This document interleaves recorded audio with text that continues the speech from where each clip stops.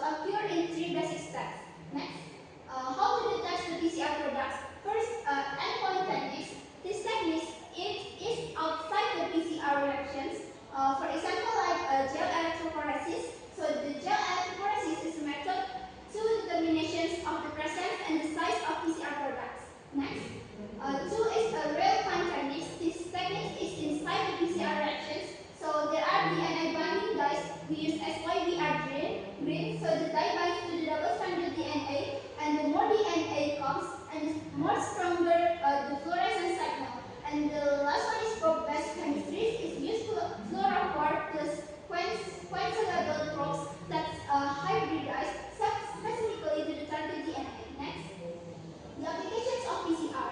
First is this is diagnostic, genetics and molecular research, forensic and mycology and parasitology. Next we move to the electrophoresis. Electrophoresis comes from word electro, which means electricity, and phoresis, which means movement. So electrophoresis is the migrations and separations of charged particles through solutions under the influence and electric field. So based on their charge using an electrical field from the negatively electrodes to the positively electrodes. Next, how gel electrophoresis works.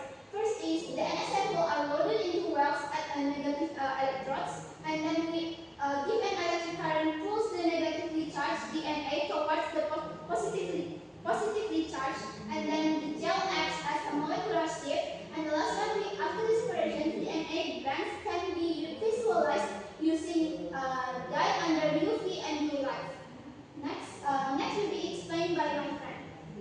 This topic about detecting DNA on the process gel. As we know, DNA have transparent and invisible to CTA. So how do you see DNA strains?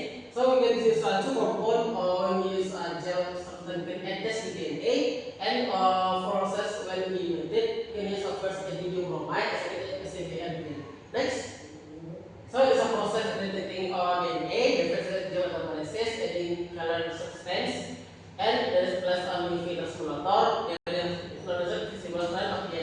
So, the final result, when you use aluminum bromide, have a orange color, and when you use SMBR green, have green color. Next, so we will move about the nucleic sequencing. Next, so the first researcher, Frederick Sanger, edited the full sequencing in 1977.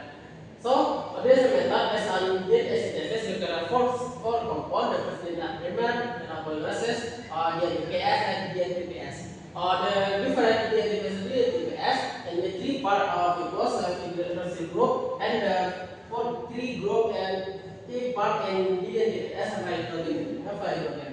Next, so it is our mode of sequencing. The first is DNA link. The first DNA fragment and went to two single DNA fragment to make the original DNA. The rest is extension. The mixture between DNPS and DNPS and in the polymerase. So if DNPS added to original DNA, so extension continuous. But if we change DNPS is added to original DNA, and then the extension stop. So there are many DNPS when added to original DNA.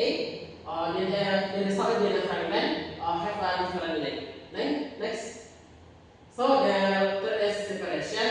So the result have a fragment, a small fragment in the detector.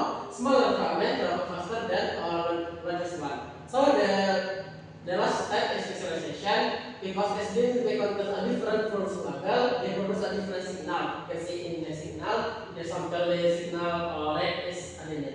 Next, so we will talk about the sequencing. This sequencing is high throughput method. There are millions to billions of 15 and 500 bps per line. That's going to be estimated in process within assembly. So there are four steps. The first step in the process is extraction. Then RNA in the sample, extraction in the available kit. So the next is preparation. It's a different from sequencing before. They just have the library. Next, so the third is sequencing.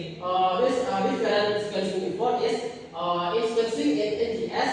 The sequencing in the sample compared to sequencing in DNA library. So the last step is sequencing analysis. Can use apparatus can do to assembly. So the non-classical DNA sequences can composition on those such as the part. Next. So this is a process called is NGS. The process high accuracy compared to long range sequencing, and has a lower cost compared to long range sequencing, but the cost is difficult as compared to different regions. The last is different data source probabilities and professional researchers. So the next is NGS application like epigenetic, multigenome, metagenomics, meaning, molecular marker discovery, and many other applications of NGS. Next. Thank you for your attention. Assalamualaikum warahmatullahi wabarakatuh.